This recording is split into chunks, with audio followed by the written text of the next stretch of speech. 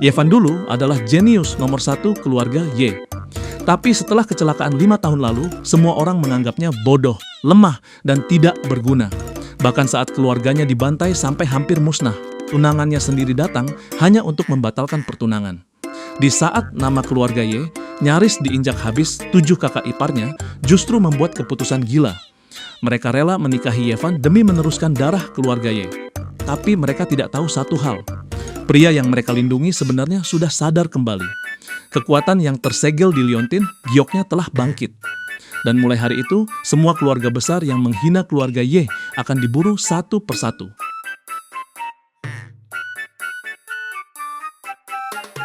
Di aula kediaman keluarga Ye, udara terasa berat sejak awal.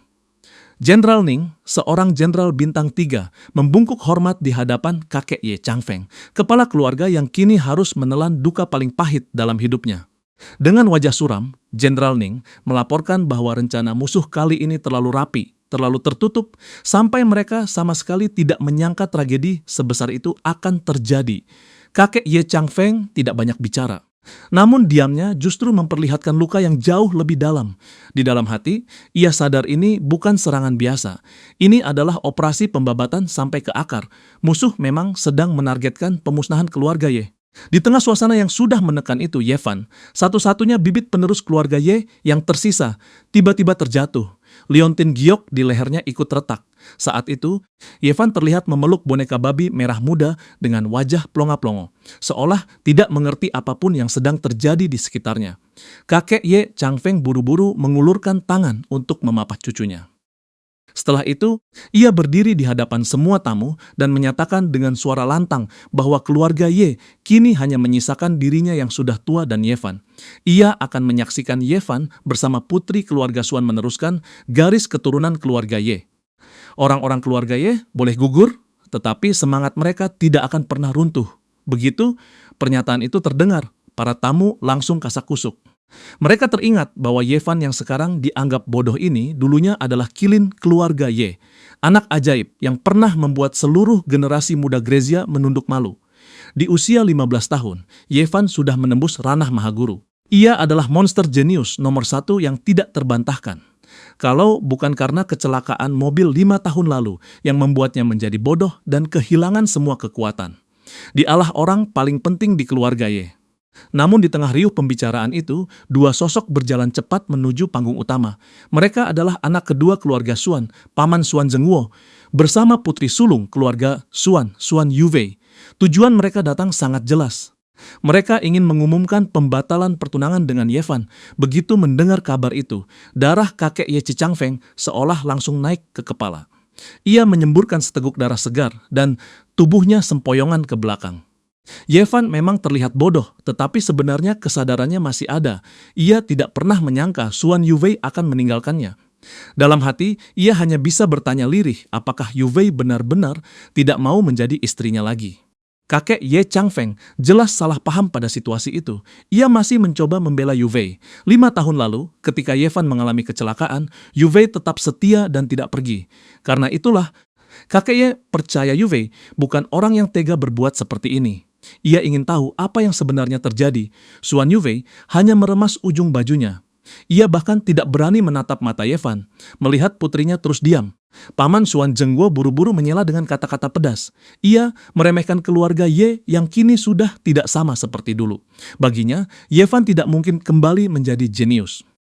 Apalagi keluarga Ye sekarang hanya punya Yevan sebagai satu-satunya penerus. Ia bahkan mempertanyakan berapa lama Yevan bisa bertahan hidup. Tatapan kakek Ye Changfeng berubah dingin. Ia mengucapkan kata bagus sampai 3 kali. Bukan karena setuju, tetapi karena amarahnya sudah nyaris meledak. Ia akhirnya melihat jelas sifat asli keluarga Suan yang menyembah yang tinggi dan menginjak yang rendah. Saat keluarga Ye berjaya, mereka mendekat. Begitu keluarga Ye jatuh, mereka langsung berbalik arah. Setelah berusaha mengatur emosinya, Suan Yuvei akhirnya bicara dengan nada bersalah. Ia meminta maaf pada Yevan dan mengaku tidak bisa menikah dengannya. Penolakan itu membuat 2 kakak ipar cantik yang berdiri di sisi Yevan menghentakkan kaki karena kesal. Mereka saling bertatapan sebentar, seolah sudah mengambil keputusan yang sama. Tanpa ragu, Keduanya maju ke depan dan menyatakan bahwa kalau Xuan Yufei tidak mau menikah dengan Ye Fan, maka merekalah yang akan menikahinya. Dua suara wanita itu terdengar tegas dan lantang di atas panggung, seperti dua bilah pedang yang membelah awan mendung. Seluruh aula mendadak hening selama 10 detik. Para tamu serentak menarik napas dingin. Sesudah itu, suasana langsung meledak. Kejadian itu terlalu gila untuk dipercaya. Dua kakak ipar ingin masuk ke pintu keluarga Ye pada waktu yang sama dan menikah dengan si bodoh Ye Fan. Kakak ipar pertama, Yu Linglong, menyatakan sikap lebih dulu. Kakak ipar ketujuh, Su Yixue, mengikuti di belakangnya. Mereka mewakili ketujuh kakak ipar keluarga Ye dan menyatakan bahwa semuanya bersedia menikah dengan Ye Fan demi meneruskan keturunan keluarga Ye. Xuan Yufei mendongak kaget. Ia sama sekali tidak mengerti apa yang ada di pikiran para gadis cantik dan berbakat itu. Keputusan 7 kakak ipar keluarga seperti batu raksasa yang dilempar ke danau tenang. Ombaknya langsung mengguncang seluruh kota. Sementara itu, Ye Fan yang berada di antara para kakak iparnya tiba-tiba merasakan tubuhnya menjadi sangat panas, terutama di bagian dada.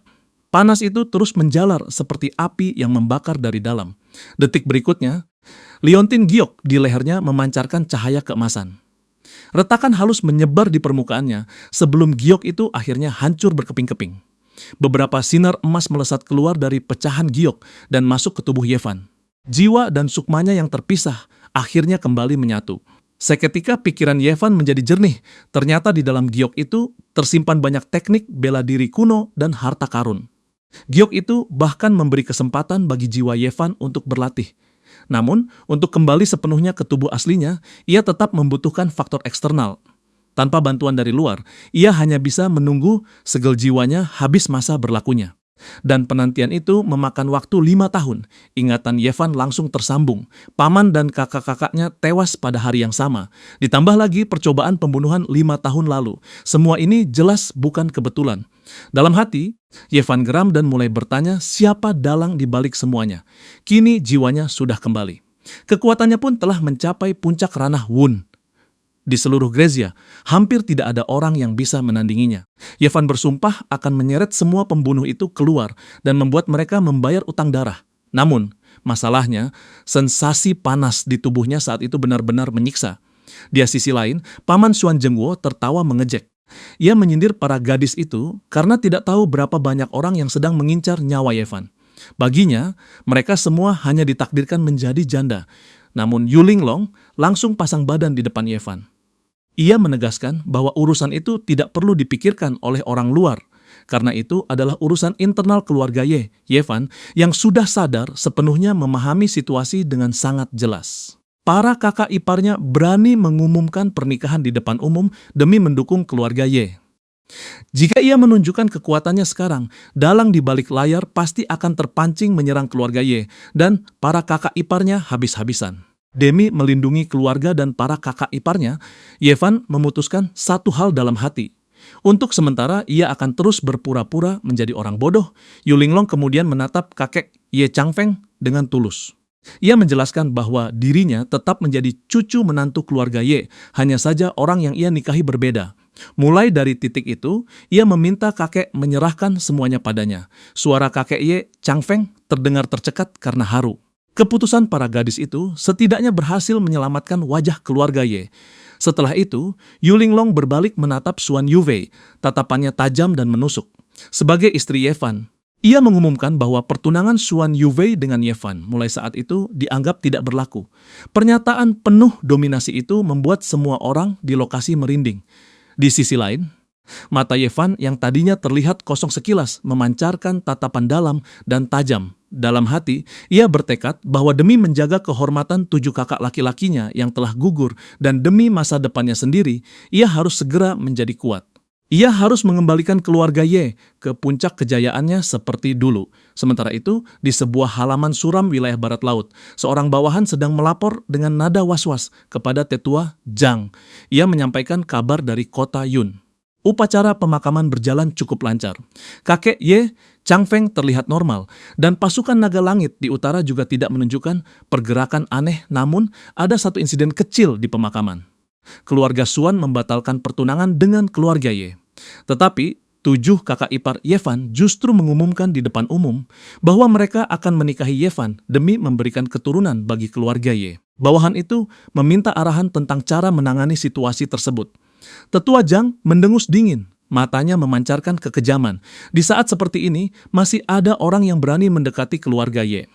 Menurutnya, mereka harus membunuh ayam untuk menakuti monyet. Ia lalu teringat sesuatu.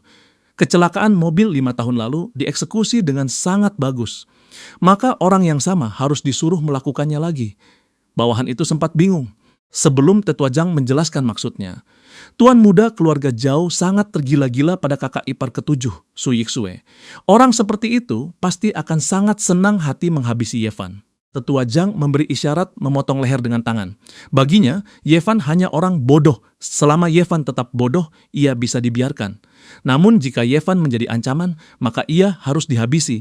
Adegan kembali ke kediaman keluarga Ye. Kakek Ye Changfeng menghela napas panjang setelah mendengar pengumuman mengejutkan dari para cucu menantunya. Wajah tuanya terlihat sangat lelah. Ia berterima kasih pada Yu Linglong dan Su Yixue atas tindakan mereka hari itu. Karena pemakaman sudah selesai, ia meminta mereka semua pulang. Namun Yu Linglong menolak dengan tegas. Ia menegaskan bahwa keputusan mereka untuk menikah dengan Yevan bukan candaan. Mereka benar-benar bersedia memberikan keturunan untuk melanjutkan garis darah keluarga Ye. Melihat keseriusan di wajah Yu Linglong, kakek Ye, Changfeng jadi bingung. Ia tidak mengerti kenapa para gadis itu harus melakukan semua ini. Yu Linglong maju selangkah dan menggenggam tangan Yevan dengan erat. Matanya berkaca-kaca, tetapi tekadnya tidak goyah. Ia menegaskan bahwa hidup mereka adalah orang keluarga Ye, mati pun mereka adalah hantu keluarga Ye. Orang-orang itu sudah mencelakai keluarga Ye dengan sangat kejam, dan masalah ini tidak bisa dibiarkan begitu saja. Mereka 7 bersaudara sudah berdiskusi. Yu Linglong kemudian menjelaskan rencana yang terdengar sangat nekat. Masing-masing dari mereka akan bergiliran menemani Yevan selama 1 bulan. Mereka akan berusaha memberikan banyak keturunan untuk keluarga Ye. Pada saat yang sama, mereka juga akan membuat orang-orang jahat itu membayar semuanya. Mendengar ucapan itu, Yevan berteriak histeris dalam hati. Kakak iparnya ternyata benar-benar serius. Ia bahkan merasa diperlakukan seperti mesin pencetak anak, seolah merasakan perubahan emosi sesaat dari Yevan. Yu Linglong tiba-tiba menoleh tajam. Ia memandang Yevan dengan curiga karena merasa ada fluktuasi aura yang muncul barusan. Yevan buru-buru kembali ke mode akting bodohnya. Matanya kembali kosong, mulutnya sedikit terbuka, dan wajahnya kembali plonga-plongo. Melihat ekspresi itu, Yu Linglong akhirnya hanya bisa menghela napas pasrah. Ia meremas wajah Yevan dengan gemas. Ia mengaku tidak tahu apakah Yevan sekarang bisa mengerti ucapannya atau tidak. Namun, ia tetap mengingatkan bahwa dulu Yevan adalah jenius nomor 1 di Grezia. Dulu ia bisa berdiri di puncak. Sekarang pun ia pasti bisa. Yu Linglong melanjutkan dengan nada serius, seperti sedang bersumpah. Mereka 7 gadis yang masih suci sudah memutuskan untuk menikah dengan Yevan. Mulai detik itu, nasib mereka terikat dengannya. Mereka akan mulia bersama dan hancur pun bersama. Jika Yevan berani menyia-nyiakan salah satu dari mereka, Yu Linglong akan membawa golok dan mengejarnya sampai ke ujung dunia. Mendengar itu, Yevan merasa terharu sampai hidungnya terasa perih menahan tangis. Bayangkan saja, dengan risiko dipandang aneh oleh seluruh dunia, 7 gadis itu memilih menikah dengannya secara bersamaan. Butuh tekad dan keberanian sebesar apa untuk melakukan hal seperti itu. Yu Linglong makin terbawa emosi. Ia mengguncang bahu Yevan pelan. Ia meminta Yevan segera bangkit jika masih punya sedikit kesadaran. Ia harus melindungi keluarga Ye dan membalaskan dendam paman serta kakak-kakaknya. Su Yixue yang berada di samping merasa tidak tega. Ia mencoba menengahi karena menurutnya perkataan itu terlalu keras untuk Yevan. Bagaimanapun, kecerdasan Yevan belum pulih. Yu Linglong langsung menjawab bahwa ia baru-baru ini berhasil menghubungi tabib Le Chenjue dari Great Sha. Tabib itu pasti bisa menemukan cara menyembuhkan Yevan. Berapapun harganya, Yu Linglong akan membayar demi mengobati Yevan. Mendengar nama tabib sakti itu, tubuh kakek Ye Changfeng gemetar. Air matanya tak terbendung lagi dan mengalir di pipinya yang keriput. Ia sadar para gadis ini benar-benar rela mengorbankan segalanya demi kelanjutan keluarga Ye. Ini adalah budi yang sangat besar. Kakek Ye Changfeng lalu menatap Yevan dengan sangat serius. Ia mengingatkan cucunya bahwa entah nanti Yevan bisa sembuh atau tidak, Yevan harus memperlakukan ketujuh gadis itu dengan baik. Jika Yevan berani mengecewakan mereka sedikit saja, kakeknya sendiri yang akan menghajarnya. Dalam hati, Yevan bersumpah sungguh-sungguh. Di tengah bencana seperti ini, kebaikan 7 kakak iparnya pada dirinya dan keluarga Ye tidak akan pernah ia lupakan. Ia tidak akan mengecewakan mereka. Hanya saja, untuk saat ini, mereka harus sedikit bersabar menanggung penderitaan. Namun di luar, Yevan tetap melompat-lompat girang sambil berakting seperti anak kecil. Ia bersikap seolah benar-benar senang dan berjanji akan membahagiakan istrinya. Yu Linglong masih menyimpan kecurigaan terhadap fluktuasi aura yang sempat muncul dari tubuh Yevan. Namun Su Yixue sama sekali tidak menyadarinya. Ia tersenyum dan memeluk wajah Yevan sambil berjanji akan merawatnya dengan baik sampai sembuh. Yu Linglong tidak ambil pusing. Ia langsung mendorong adiknya itu. Su Yixue yang tidak siap jatuh memeluk Yevan dengan lembut. Yu Linglong hanya tersenyum manis sambil mengingatkan Su Yixue untuk terus menemani Yevan sampai bulan depan. Mendengar itu, keduanya jadi malu-malu. Wajah mereka memerah, sementara kakek Ye Changfeng yang melihat dari belakang justru terharu karena keluarganya masih bisa sedekat ini. Setelah semuanya beres, Yu Linglong tersenyum lagi dan berpamitan pergi. Su Yixue kemudian menarik tangan Yevan dengan lembut. Karena hari sudah tidak pagi lagi, ia ingin membawa Yevan pulang lebih dulu. Kebetulan, malam itu Zhao Tianlong mengadakan jamuan bisnis. Mendengar nama Zhao Tianlong, ingatan Yevan tersentak hebat. 5 tahun lalu, saat mengalami kecelakaan mobil, tepat sebelum pingsan, ia sempat melihat orang yang mengemudikan mobil penabrak. Pria itu punya bekas luka khas di wajahnya. Dan tadi, saat masih di halaman keluarga Ye, Yevan melihat pria dengan bekas luka yang sama berdiri di samping Zhao Tianlong. Mata Yevan berkilat dingin sesaat. Ia mulai menyadari bahwa kecelakaan mobil tahun itu pasti berhubungan dengan keluarga Zhao. Kalau begitu, misi balas dendamnya akan dimulai dari keluarga Zhao. Sementara itu, di kediaman keluarga Xuan, suasana juga tidak kalah tegang. Xuan Yuvei pulang dengan wajah murung. Pamannya, Xuan Zhengguo, langsung mendesaknya dengan tidak sabar. Ia mengingatkan Yuvei bahwa ia seharusnya pergi ke pesta Tuan Muda Jiao, lalu mempertanyakan kenapa Yuvei belum berdandan. Melihat mata Yuvei berkaca-kaca seperti ingin menangis, Xuan Zhengguo justru membentaknya. Ia menebak Yuvei masih memikirkan Yevan. Ia kembali menegaskan bahwa keluarga Ye sudah tamat. Baginya, pernyataan 7 kakak ipar Yevan untuk menikah dengannya hanya omongan manis demi menjaga gengsi. Mendengar omelan itu, Xuan Yuvei akhirnya pasrah. Ia berkata dengan lunglai bahwa ia mengerti, lalu menyatakan akan pergi ke pesta malam itu sebelum Yuvei pergi. Xuan Zhengguo masih sempat mengingatkan dengan nada mendesak agar ia memakai pakaian yang cantik, karena Tuan Muda Zhao secara khusus mengundangnya. Saat menatap kepergian keponakannya, Xuan Zhengguo bergumam licik. Menurutnya, Yuvei masih terlalu muda. Demi keluarga Xuan, hal seperti itu memang wajib dilakukan. Kembali ke sisi Yevan. Su Yixue berniat mengganti pakaian Yevan agar ia tampil layak di pesta malam itu. Namun saat membuka baju Yevan, Su Yixue kaget bukan main. Tubuh Yevan yang seharusnya sudah lama tidak berlatih bela diri, ternyata sangat kekar dan berotot. Wajah Su Yixue langsung memerah karena gugup. Ia buru-buru melempar setelan jas ke arah Yevan dan menyuruhnya memakai sendiri baju pesta itu. Mulai hari itu juga, ia tidak ingin Yevan memanggilnya kakak ipar lagi. Yevan harus memanggilnya istri. Melihat Yevan yang masih memasang wajah bodoh dan polos, hati Su Yixue terasa nyeri. Dulu pria ini adalah jenius yang dipuja langit. Namun ketika keluarga Ye berada di titik terendah, keluarga Xuan justru tega membuangnya seperti sampah. Dalam hati, Su Yixue bertekad akan memanjakan dan menyayangi laki-laki ini dengan sepenuh hati. Momen itu berlanjut dengan suasana yang lebih lembut. Su Yixue memeluk tubuh Yevan erat-erat. Ia menyatakan bahwa mulai sekarang dirinya akan selamanya menjadi istri Yevan. Tanpa disangka, saat mereka berpelukan, Su Yixue merasakan aliran hangat yang aneh mengalir balik ke tubuhnya. Rasa itu seperti nutrisi yang membuat tubuhnya nyaman, seolah sedang disentuh angin musim semi. Di saat yang sama, tubuh Yevan juga menerima umpan balik dari energi hangat tersebut. Jauh di dalam dantiannya, ada nyala api kecil yang bergoyang mengikuti gelombang kehangatan itu. Begitu aliran hangat melewati nyala api misterius tersebut, energi itu langsung berubah menjadi 5 untai tenaga dalam yang meresap ke pembuluh darah Yevan.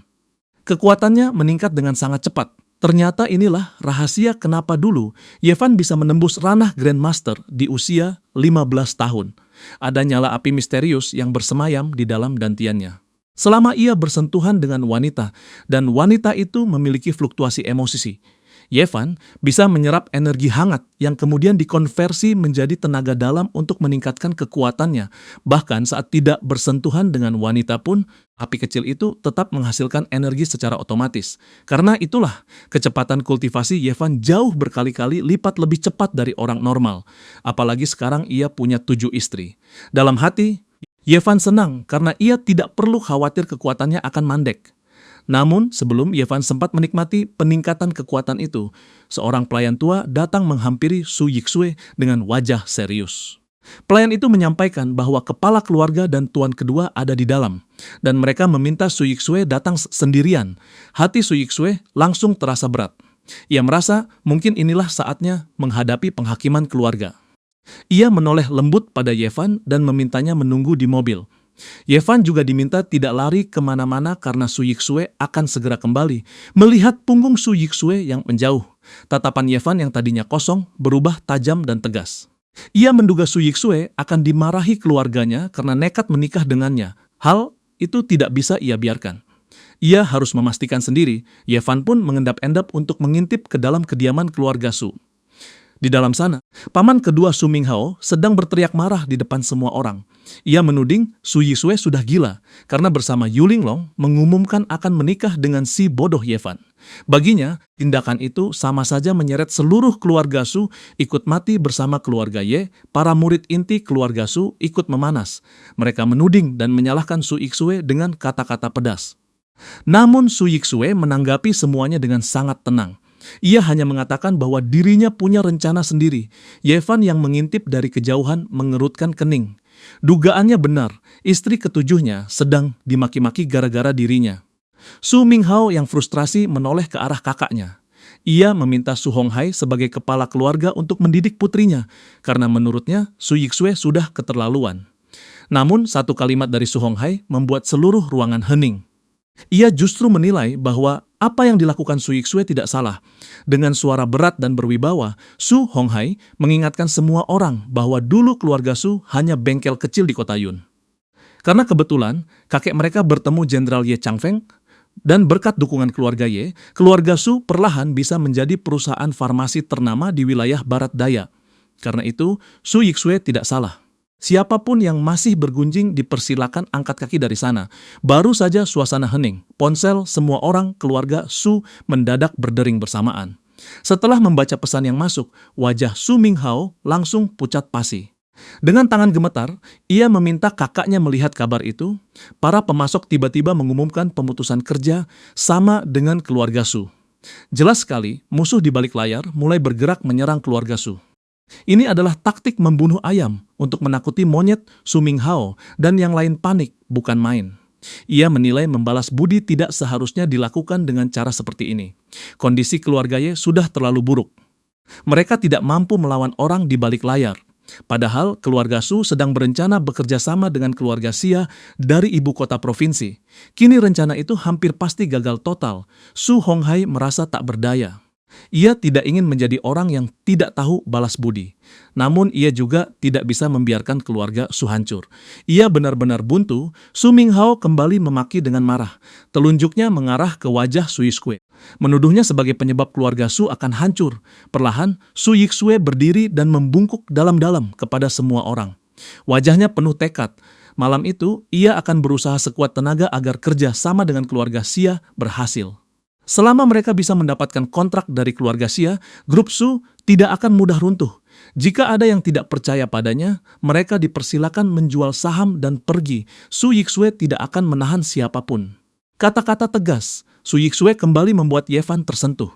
Ia pun bergegas menuju pintu depan untuk melihat siapa perwakilan keluarga Xia yang datang malam itu.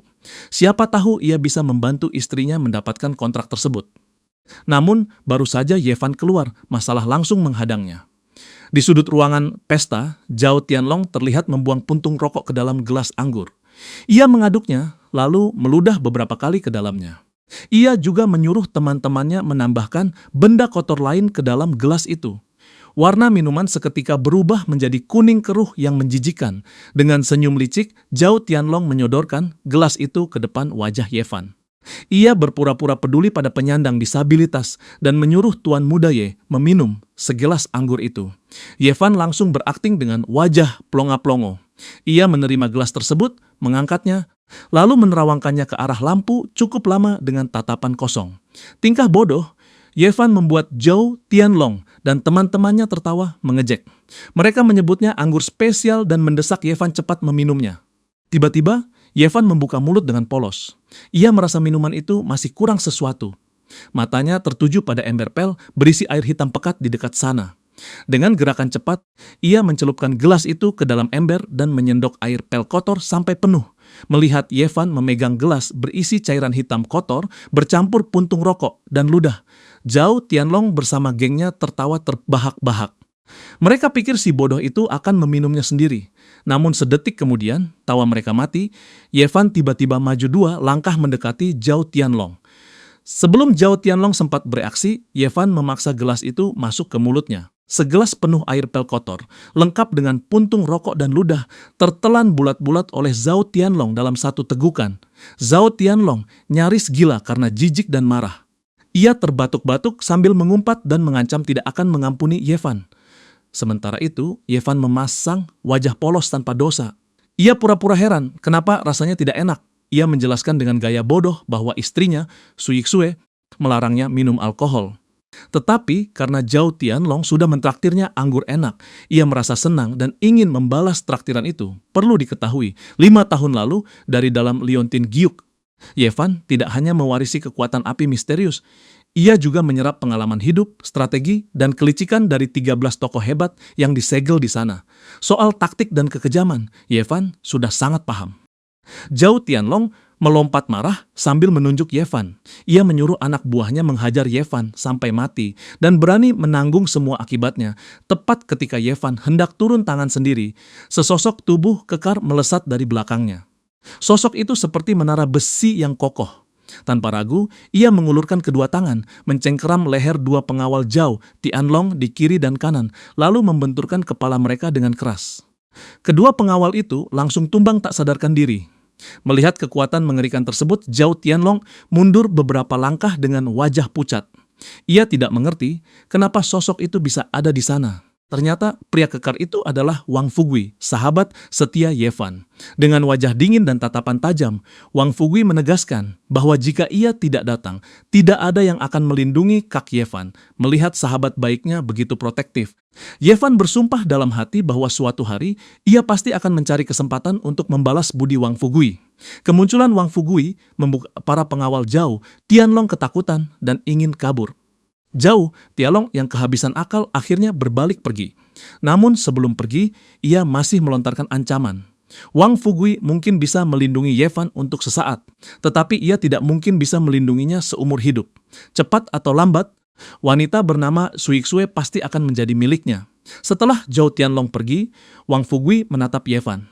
Ia mengaku sudah mendengar semuanya. Menurutnya, nasib Ye Fan benar-benar beruntung. Walaupun Xuan Yufei membatalkan pertunangan, 7 kakak ipar yang cantik justru memilih menikah dengan Ye Fan. Wang Fugui tersenyum getir. Jika Ye Fan dalam kondisi sadar, ia pasti sudah tertawa bahagia sekarang. Namun tepat saat Ye Fan sedikit mengerutkan kening karena ucapan itu, Wang Fugui seolah merasakan sesuatu. Ia tiba-tiba menoleh tajam ke arah Ye Fan, lalu mendekatkan wajahnya untuk mengendus aroma tubuh Ye Fan. Dengan wajah serius dan curiga, ia merasa aura Ye Fan hari itu berbeda dari biasanya. Ia bahkan mulai menduga bahwa Ye Fan sebenarnya sudah sadar. Dia momen menegangkan itu, Su Yixue datang terburu-buru dari sisi lain aula. Ia panik karena Ye Fan masuk ke dalam pesta dan menghilang hanya setelah ditinggal touch up sebentar. Ia memastikan Ye Fan baik-baik saja. Melihat kedatangan Su Yixue, Wang Fugui buru-buru membungkuk hormat dan menyapa kakak iparnya. Ia berjanji akan melindungi Kak Ye Fan mati-matian. Mendengar itu, Su Yixue menghela napas lega. Karena Wang Fugui sudah kembali, ia merasa jauh lebih tenang. Tak lama kemudian, jamuan bisnis resmi dimulai. Pembawa acara dengan semangat mengumumkan bahwa hari itu mereka mendapat kehormatan dengan kehadiran Tuan Xiahao. presiden direktur grup Xia dari ibu kota provinsi.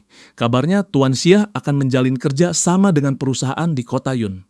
Semua orang pun diminta menyambutnya. Begitu mendengar nama itu, Su Yixue langsung bersiap. Matanya berbinar penuh harap. Ia ingin mencoba bicara soal kerja sama dengan keluarga Xia. Sementara Ye Fan diminta menunggu bersama Wang Fugui. Dia tengah tepuk tangan meriah.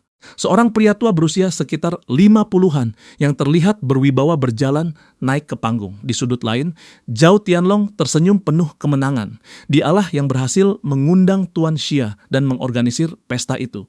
Ia sangat yakin kalau ada kerjasama, prioritas utama pasti jatuh ke tangan keluarga Zhao.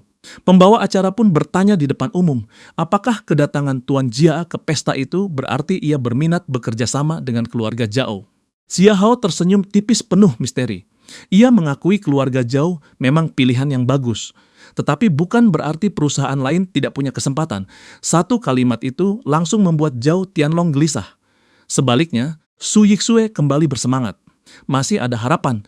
Tiba-tiba pandangan Xia Hao jatuh kepada Ye Fan yang berdiri di samping Su Yixue. Matanya langsung berbinar cerah seolah melihat emas. Ia mengenali Ye Fan sebagai tabib dewa. Teriakan Xia Hao membuat semua orang di ruangan bingung. Tanpa memedulikan etika, ia berlari kecil, turun dari panggung, menghampiri Ye Fan, lalu menggenggam tangannya erat-erat. Ia sangat bersyukur akhirnya bisa menemukan orang yang dulu menyelamatkan nyawanya. Melihat pemandangan itu, Zhao Tianlong benar-benar panik. Ia tidak mengerti kenapa Tuan Jia justru mendatangi si bodoh itu. Ia buru-buru menyela dan mengatakan bahwa Xia Hao pasti salah orang. Ye Fan hanyalah orang bodoh dari keluarga Ye. Mustahil ia memiliki kemampuan medis untuk menyelamatkan siapapun. Apalagi semua orang pasti sudah mendengar nasib keluarga Ye. Jadi sebaiknya Xia Hao tidak berhubungan dengan mereka. Namun Xia Hao menatap Zhao Tianlong dengan dingin dan membentaknya. Ia tidak mungkin salah mengenali orang. 5 tahun lalu, saat sekarat karena sakit, tabib dewa inilah yang menyelamatkannya. Setelah itu, Xia Hao memandang Ye Fan dengan bingung. Ia heran kenapa setelah beberapa tahun tidak bertemu, tabib dewa berubah menjadi seperti ini. Su Yixue buru-buru menjelaskan dengan nada sedih bahwa tunangannya mengalami kecelakaan mobil 5 tahun lalu. Kecerdasan dan ingatannya terganggu. Karena itulah Ye Fan menjadi seperti sekarang. Xia Hao menghubungkan semua kejadian di kepalanya dan mengangguk paham. Kalau begitu, tidak salah lagi. Tuan muda Ye dulunya memang jenius yang mengerikan. Baik kungfu maupun ilmu medisnya sama-sama hebat. Jika dihitung dari waktunya, kecelakaan itu terjadi tepat setelah Ye Fan menyembuhkan Xia Hao dan kembali pulang. Xia Hao lalu menatap Su Yixue dengan serius. Ia bertanya, apakah Su Yixue bergerak di bidang farmasi dan berminat bekerja sama dengan keluarga Xia. Mendengar tawaran itu, Zhao Tianlong langsung melompat marah. Ia mengingatkan Xia Hao bahwa orang-orang yang mengincar keluarga Ye bukan orang sembarangan. Mereka tidak bisa disinggung. Karena itu, menurutnya, lebih baik Xia Hao bekerja sama dengan keluarga Zhao saja. Namun Xia Hao langsung memotong ucapannya. Ia tidak peduli jika harus terseret masalah. Kalau bukan karena Tuan muda Ye menyelamatkan nyawanya dulu, ia sudah menjadi tumpukan tanah kuburan. Jika begitu, mana mungkin keluarga Xia bisa ada seperti sekarang? Xia Hao kembali menatap Su Yixue. Ia memutuskan bahwa keluarga Esu akan menjadi satu-satunya mitra kerja sama keluarga Xia di kota Yun. Semua saluran distribusi keluarga Xia akan dibuka sepenuhnya untuk keluarga Esu. Setelah itu, ia mengedarkan pandangan tajam ke seluruh ruangan. Di seluruh wilayah barat daya, siapapun yang berani melawan keluarga Su berarti melawan keluarga Xia. Melihat keberuntungan sebesar itu, tiba-tiba jatuh tepat di depan mata. Su Yixue buru-buru mengucapkan terima kasih dengan tulus. Para tamu lain menatap penuh rasa iri. Zhao Tianlong benar-benar tidak menyangka bahwa pesta besar yang ia susun dengan tenaga dan uang justru berubah menjadi panggung gratis untuk keluarga Su. Tiba-tiba, Xia Hao mengedipkan mata pada Su Yixue. Ia memberi isyarat bahwa orang yang seharusnya diberi terima kasih bukan dirinya. Su Yixue langsung paham. Dengan wajah berbinar bahagia, ia menoleh ke arah Ye Fan dan melompat memeluknya. Ia berterima kasih pada Ye Fan. Ye Fan sendiri tidak menyangka bahwa membantu istrinya menyelesaikan misi ternyata semudah itu. Ia kemudian berbalik dan memeluk Xia Hao dengan gaya kekanak-kanakan, sambil menyebut Xia Hao orang baik karena sudah membantu istrinya. Xia Hao menepuk punggung Ye Fan dengan rasa prihatin. Ia merasa keluarga Xia hanya bisa membantu sampai di sana karena tokoh-tokoh besar di balik layar terlalu kuat untuk ia lawan. Namun tepat saat suara Xia Hao mereda, Ye Fan membisikkan sesuatu di telinganya dengan suara sangat pelan tetapi tegas. Ia memuji Xia Hao karena sudah melakukannya dengan baik dan memastikan bahwa ia tidak akan mengecewakannya. Mendengar suara yang familiar dan tegas itu, tubuh Xia Hao langsung membeku. Ia terpaku di tempat dengan mata membelalak. Ye Fan lalu memberikan isyarat mata yang halus, memberi kode bahwa ia sedang dijebak dan harus menyembunyikan identitasnya. Ia sudah pulih, tetapi identitas itu tidak boleh dibongkar. Jika perlu sesuatu, Xia Hao cukup menunggu perintahnya. Xia Hao pada dasarnya orang cerdas. Ia langsung mengerti. Seorang jenius dengan strategi, kekuatan, dan kemampuan medis setinggi langit kini pandai menyembunyikan taringnya dan berpura-pura bodoh. Xia Hao yakin keluarga Ye tidak akan butuh waktu lama untuk bangkit kembali. Mendengar bisikan Ye Fan dan memikirkan potensi kebangkitan pemuda itu, Xia Hao sulit menyembunyikan kegembiraan di dalam hati. Ia berjanji akan berusaha sekuat tenaga dan tidak akan menolak perintah apapun dari Tuan Muda Ye. Sementara itu, Zhou Tianlong yang berdiri di samping merasa seperti badut. Ia melompat-lompat cemas karena merasa diabaikan total. Ia mencoba menagih kerja sama yang sebelumnya mereka bicarakan, melihat kesempatan untuk berakting. Ye Fan langsung bersembunyi di belakang Su Yixue dan berteriak ketakutan. Ia menunjuk Zhou Tianlong sebagai orang jahat yang ingin merebut istrinya. Wajah Xia Hao langsung berubah dingin. Ia paham kode Ye Fan. Hal yang tidak pantas dilakukan Tuan Muda Ye akan ia wakili. Tiba-tiba ia mengangkat tangan dan menampar pipi Zhou Tianlong dengan keras. Ia membentak Zhou Tianlong karena berani mengajarinya cara bekerja, lalu menegaskan bahwa ia tidak pernah membuat perjanjian dengan Zhou Tianlong. Zhou Tianlong bengong sambil memegangi pipinya yang bengkak. Ia tidak mengerti kenapa Xia Hao memukulnya. Xia Hao memelototinya dengan dingin. Alasannya sederhana, Zhou Tianlong berani mengincar istri Tuan Muda Ye. Maka Xia Hao merasa perlu mewakili orang tua Zhou Tianlong untuk mendidiknya. Ia menyuruh orang menyeret Zhou Tianlong keluar. Karena Tuan Muda itu sepertinya mabuk sampai berani melakukan hal senista itu, mental Zhou Tianlong benar-benar hancur. Ini pestanya. Ia yang menyelenggarakannya, namun ia justru diusir paksa dari acaranya sendiri. Setelah pengganggu itu pergi, Xia Hao berkata dengan hormat pada Ye Fan dan Su Yixue bahwa pesta itu sudah tidak menarik lagi. Ia mengajak mereka pindah ke tempat lain untuk membicarakan kerja. Sama sementara itu, di luar gedung, Zhou Tianlong menatap punggung Su Yixue dan Ye Fan yang menjauh dengan penuh kebencian. Wajahnya gelap karena amarah. Ia menganggap semua rencananya hancur gara-gara si idiot Ye Fan. Ia pun menoleh ke arah anak buahnya dengan bengis dan menanyakan kesiapan orang-orang yang sudah ia suruh bergerak. Hari itu, ia memastikan Ye Fan tidak akan bisa pulang ke rumah. Tak lama kemudian, Su Yixue menyetir mobil, membawa Ye Fan menuju tempat tinggalnya. Di sepanjang jalan, pandangan Su Yixue sesekali mencuri lihat ke arah Ye Fan. Ia memperhatikan wajah samping Ye Fan yang tegas, garis rahangnya yang jelas, dan sorot matanya yang seolah penuh kebijaksanaan. Ada kekuatan tak kasat mata yang seperti mampu menarik jiwa. Siapapun yang melihatnya, dalam hati, Su Yixue mulai kagum. Ia heran kenapa dulu tidak sadar bahwa Ye Fan ternyata setampan itu. Ye Fan yang peka menyadari lirikan kecil tersebut. Ia tiba-tiba mendekatkan wajahnya dengan jahil dan menggoda Su Yixue, seolah bertanya apakah istrinya sedang menatapnya karena ia terlalu tampan. Gerakan tiba-tiba itu membuat Su Yixue kaget setengah mati. Mengingat malam itu adalah gilirannya menemani Ye Fan dan melakukan kontak fisik sebagai istri, jantungnya berdebar kencang. Walaupun Su Yixue wanita dewasa, ia masih gadis suci yang belum berpengalaman. Menghadapi godaan semacam itu membuatnya sangat malu. Tepat saat Su Yixue gugup dan salah tingkah, dari arah Ye Fan mengalir lagi arus hangat yang sangat jelas. Energi itu merambat naik lewat lengan dan masuk ke tubuh Su Yixue. Seketika, seluruh tubuhnya terasa dipenuhi kekuatan. Penglihatan dan pikirannya mendadak menjadi jauh lebih jernih dan tajam. Saking kagetnya dengan sensasi itu, tangan Su Yixue terpeleset di setir. Mobil oleng seperti gerakan ular di tengah jalan, nyaris menabrak pot bunga besar di trotoar. Setelah menenangkan diri, Su Yixue akhirnya menyadari sesuatu. Setiap kali ia melakukan kontak fisik dengan Ye Fan, ada kekuatan misterius yang mengalir ke tubuhnya.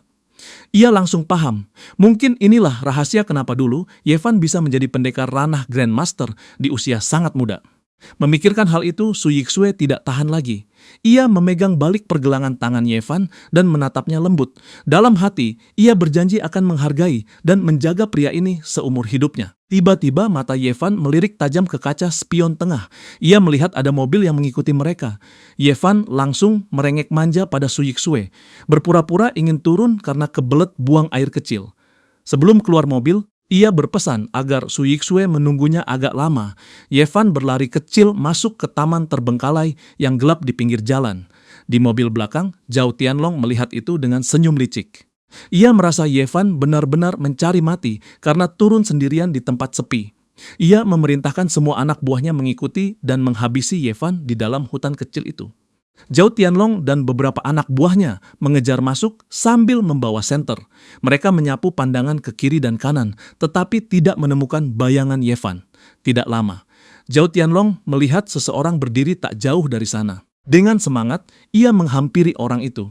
Namun begitu dekat, ia sadar wajah orang tersebut asing. Tentu saja karena Ye Fan sudah memakai penyamaran.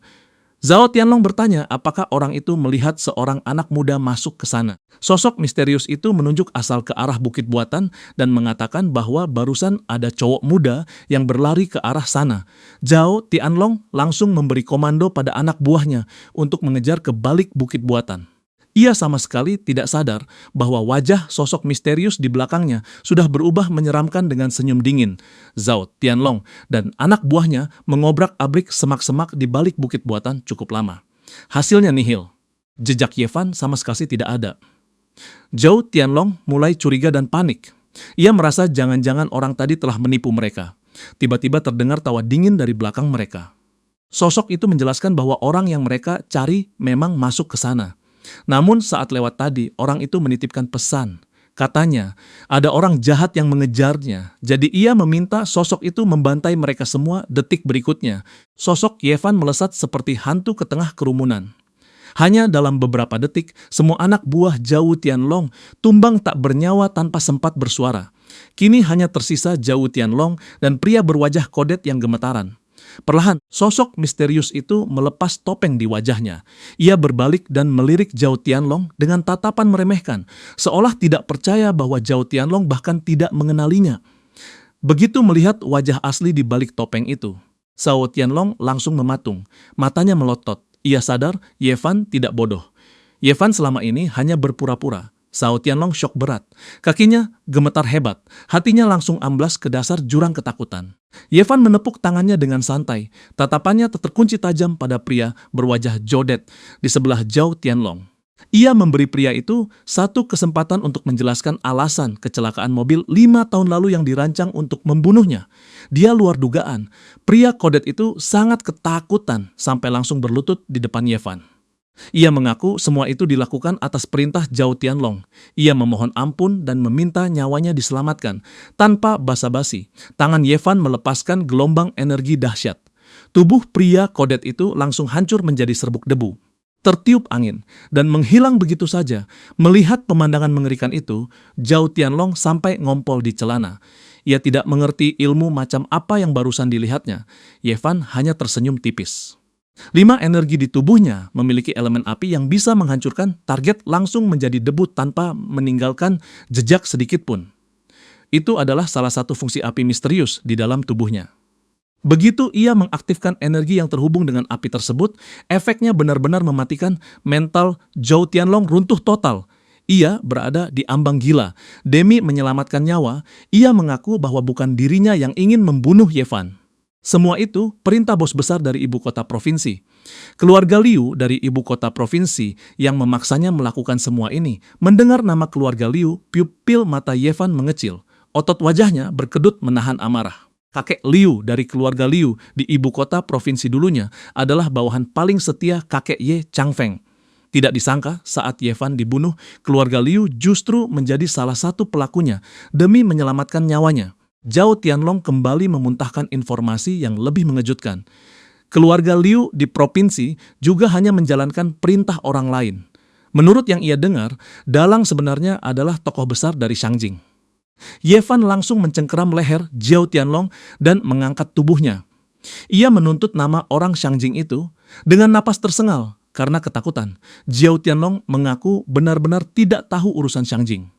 Ia hanya tahu urusan kota Yun. Ia melanjutkan bahwa keluarga Zhao, keluarga Wang, dan satu lagi, keluarga Li, semuanya bekerja untuk toko besar di Xiangjing itu, menyadari nyawanya berada di ujung tanduk. Zhao Tianlong memohon agar Ye Fan tidak membunuhnya. Ia berjanji tidak akan membocorkan satu kata pun. Namun Ye Fan tidak memiliki belas kasihan. Tanpa ragu, ia melepaskan energi tenaga dalam dari tangannya. Tubuh Zhao Tianlong seketika hancur lebur, menyusul nasib anak buahnya. Bagi Ye Fan, hanya orang mati yang bisa menjaga rahasia dengan sempurna. Kini daftar target pembersihannya sudah mulai jelas. Baru saja Ye Fan berjalan keluar dari hutan. Suara cemas Su Yixue terdengar dari kejauhan. Ia mencari Ye Fan dan khawatir karena pria itu pergi terlalu lama. Melihat kekhawatiran itu, hati Ye Fan terasa hangat. Ia tahu betul bahwa kakak ipar sekaligus istri kecilnya ini paling takut pada tikus. Maka Ye Fan kembali memasang wajah bodoh dan polos. Ia berjalan mendekat sambil mengatakan bahwa dirinya sudah selesai. Tiba-tiba Ye Fan berteriak kaget sambil menunjuk tanah. Ia mengatakan ada tikus besar. Mendengar kata tikus, Su Yixue langsung menjerit dan secara refleks melompat ke pelukan Ye Fan. Ia bertanya panik di mana tikus raksasa yang dimaksud. Melihat istrinya ketakutan, Ye Fan yang licik memanfaatkan kesempatan. Ia memeluk pinggang ramping Su Yixue dengan erat sambil tetap memasang wajah polos. Ia mengatakan tikusnya sudah lari, tetapi istrinya sangat wangi hari itu. Wajah Su Yixue langsung memerah seperti kepiting rebus. Ia sadar baru saja ditipu mentah-mentah agar Ye Fan bisa memeluknya. Namun sebelum ia sempat marah, Ye Fan tiba-tiba mengangkat tubuhnya dengan gaya gendong putri. Ia beralasan ingin mengantar istrinya sampai mobil agar aman, karena Tuan Putri tidak boleh berjalan sendiri dan digigit tikus lagi. Pasangan itu pun pergi dengan suasana romantis. Sementara itu, adegan beralih ke para pengintai yang bersembunyi tidak jauh dari sana. Mereka bingung melihat Ye Fan berjalan pergi tanpa luka sedikit pun. Mereka tidak mengerti apa yang terjadi pada tuan muda Zhao Tianlong yang seharusnya menghabisi Ye Fan. Karena penasaran dan putus asa, para pengintai berlari ke lokasi kejadian sambil memanggil-manggil bos mereka. Namun hasilnya nihil. Mereka hanya menemukan tanah kosong. Tidak ada tanda kehidupan dari Zhao Tianlong maupun anak buahnya. Kabar buruk itu menyebar cepat ke kediaman keluarga Zhao. Kekacauan meledak saat mereka mengetahui pewaris tunggal keluarga menghilang tanpa jejak. Kepala keluarga Zhao, Zhao Dechang, mengamuk hebat. Ia tidak mengerti bagaimana mungkin orang hidup bisa lenyap begitu saja, seolah ditelan bumi.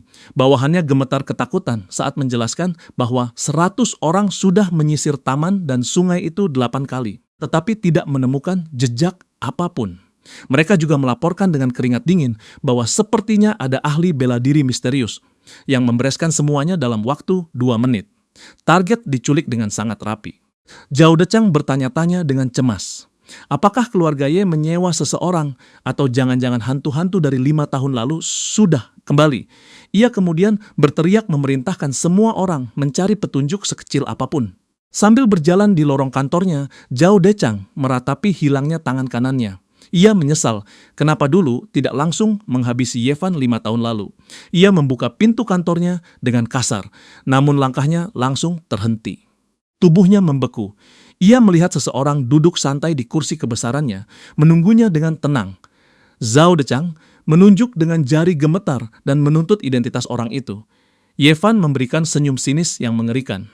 Ia memperkenalkan diri sebagai orang yang coba disingkirkan Zhao Dechang 5 tahun lalu. Zhao Dechang tertegun. Detik itu juga ia sadar Ye Fan sama sekali tidak bodoh. Selama ini Ye Fan hanya berpura-pura. Pengkhianat tua itu panik dan mencoba berteriak memanggil pasukan.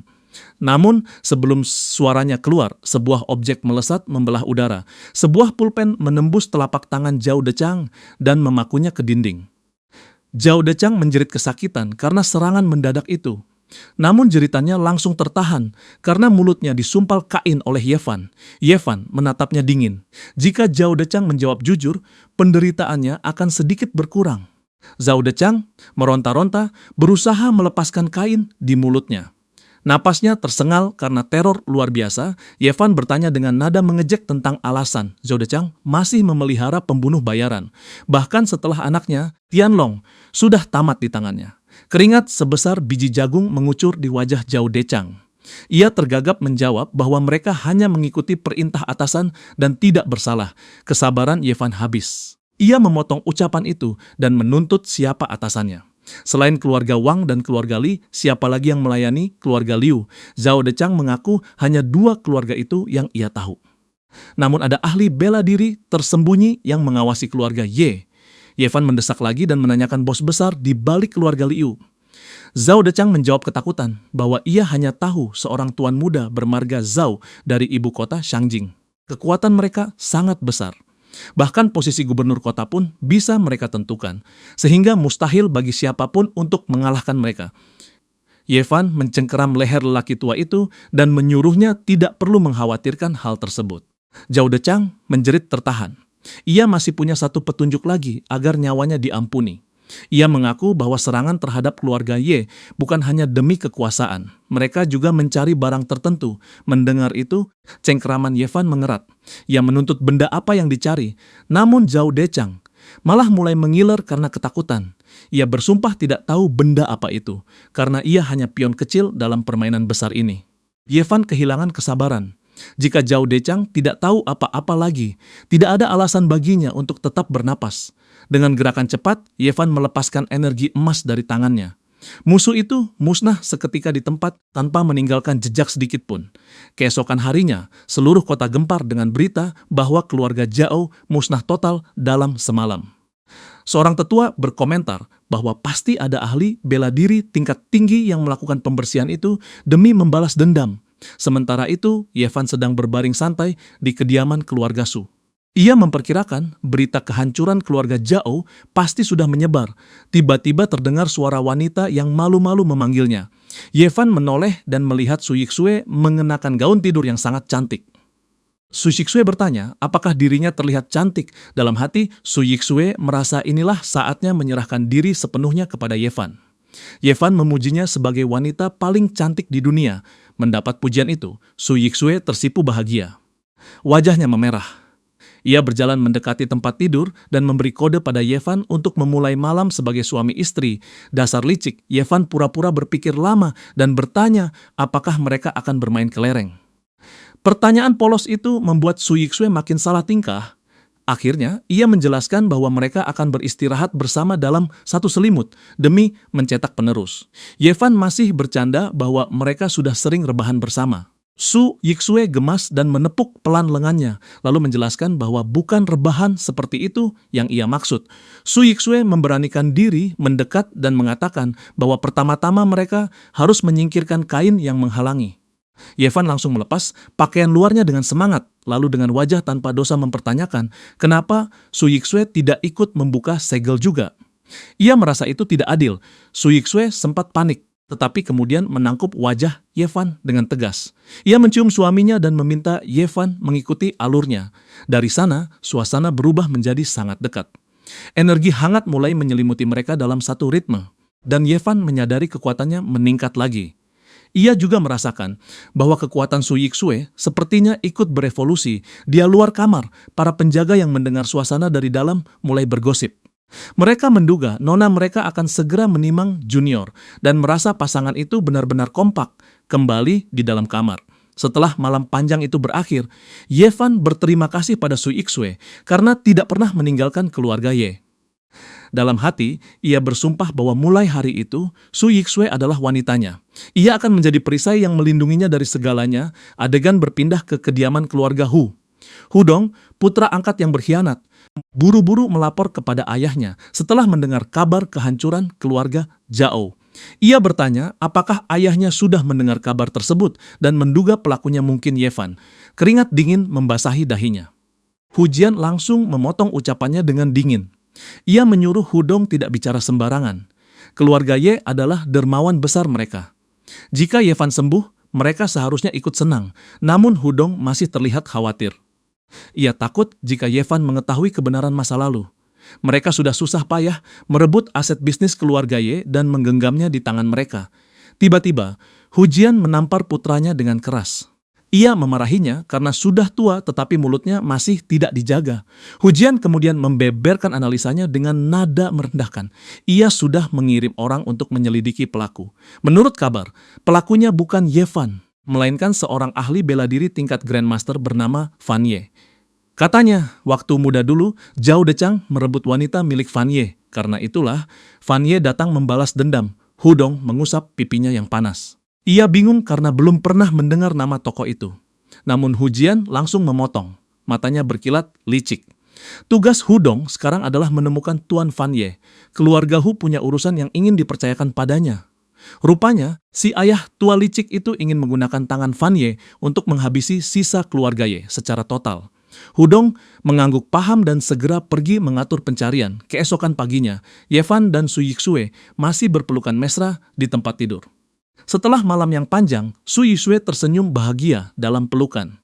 Ye Fan pun merasa seperti berada di atas awan, namun suasana romantis itu hancur saat pelayan mengetuk pintu dan melaporkan ada tamu. Su Yixue terbangun kaget, tetapi Ye Fan malah menariknya kembali ke pelukan.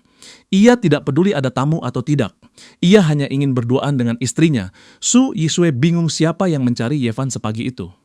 Pelayan dari luar menjawab bahwa tamu itu adalah Xuan Yufei. Mendengar nama itu, mereka berdua kaget. Rasa cemburu langsung membakar hati Su Yixue. Ia mencubit pipi Ye Fan dengan keras, membuat Ye Fan berteriak kesakitan. Su Yixue menatapnya tajam dan mengingatkan bahwa mantan tunangannya sedang menunggu di luar. Ye Fan memanfaatkan kesempatan itu untuk menggoda Su Yixue, seolah menuduh istrinya sedang cemburu. Su Yixue tentu saja gengsi dan menolak mengakuinya. Jika tidak cemburu, Ye Fan mengajaknya turun bersama untuk menemui Yufei akhirnya. Pasangan itu berpakaian rapi dan turun sambil bergandengan tangan mesra untuk menemui tamu tak diundang tersebut. Di depan gerbang villa, Xuan Yufei berdiri mematung dengan wajah kesepian. Ketika melihat Ye Fan dan Su Yixue keluar begitu intim, hatinya terasa sakit seperti ditusuk jarum. Baru 1 hari tidak bertemu, Ye Fan sudah bersama Su Yixue. Kenyataan itu membuatnya pedih. Su Yixue tidak memberikan wajah ramah sedikit pun. Tatapannya tajam menusuk Xuan Yufei. Ia mempertanyakan alasan Yufei datang lagi. Bukankah kemarin Yufei sudah membatalkan pertunangan dengan Ye Fan? Su Yixue bahkan curiga Yufei datang hanya untuk mengejek lelakinya lagi. Xuan Yufei sadar tindakannya kemarin melukai banyak orang. Karena itu, ia tidak membantah. Ia menundukkan kepala dan meminta maaf pada Ye Fan. Ia mengaku kejadian kemarin bukan keinginan aslinya, melainkan kemauan paman keduanya. Ye Fan tahu sifat Yufei memang lemah lembut dan tidak berani melawan. Ia berbeda dengan Yu Linglong yang berani pasang badan. Tepat di momen emosional itu, sebuah mobil Mercedes hitam mengkilap berhenti. Tuan muda keluarga Li dari kota Yun, Li Yunyang, turun dari mobil dengan nada sok akrab. Ia menyapa Yufei dan mengatakan sudah mencarinya sejak pagi. Ia juga mengingatkan bahwa mereka sudah berjanji menonton film bersama hari itu. Mendengar itu, Xuan Yufei sangat malu sampai ingin menggaruk tanah dengan jari kakinya. Ia datang untuk meminta maaf, tetapi Li Yunyang justru muncul di waktu paling buruk. Melihat kehadiran Li Yunyang, hati Ye Fan mendadak panas. Keluarga Li di kota Yun adalah bawahan keluarga Liu dari ibu kota provinsi. Mereka juga ikut serta dalam aksi boikot terhadap keluarga Ye. Xuan Yufei meninggalkan Ye Fan adalah satu hal. Namun, jika ia langsung berpaling ke pelukan musuh keluarga Ye, itu hal lain yang tidak bisa dimaafkan. Su Yixue melihat ekspresi sedih dan kesepian di wajah Ye Fan. Ia mengira hati Ye Fan pasti sakit melihat mantan tunangannya bersama pria lain. Karena itu, Su Yixue langsung pasang badan. Ia membentak Xuan Yufei dan mempertanyakan cara Yufei meminta maaf. Ia menilai Yufei datang bukan untuk minta maaf, melainkan untuk pamer kedekatan dengan pria lain. Su Yixue menegaskan posisinya. Ia sudah menjadi wanita Ye Fan. Jadi mulai sekarang, Xuan Yufei diminta tidak mengganggu suaminya lagi sambil berbicara. Su Yixue menangkup pipi Ye Fan dengan kedua tangan. Ia menatap mata Ye Fan dalam-dalam, lalu mencium bibirnya dengan lembut di depan mereka semua.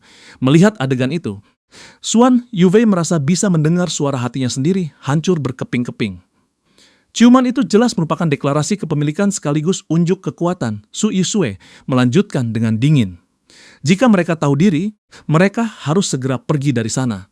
Ye Fan ikut berakting. Dengan polos, ia menghitung jari-jarinya dan mengatakan bahwa jika Yufei tidak mau menjadi istrinya, itu tidak masalah.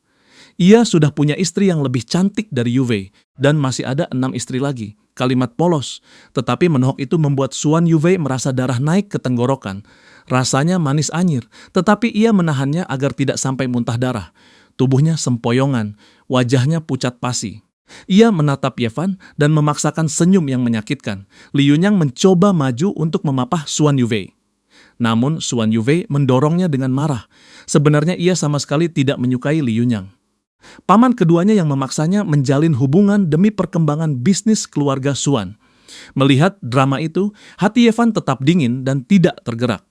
Ada beberapa kesalahan yang jika sudah dilakukan, tidak ada jalan untuk kembali.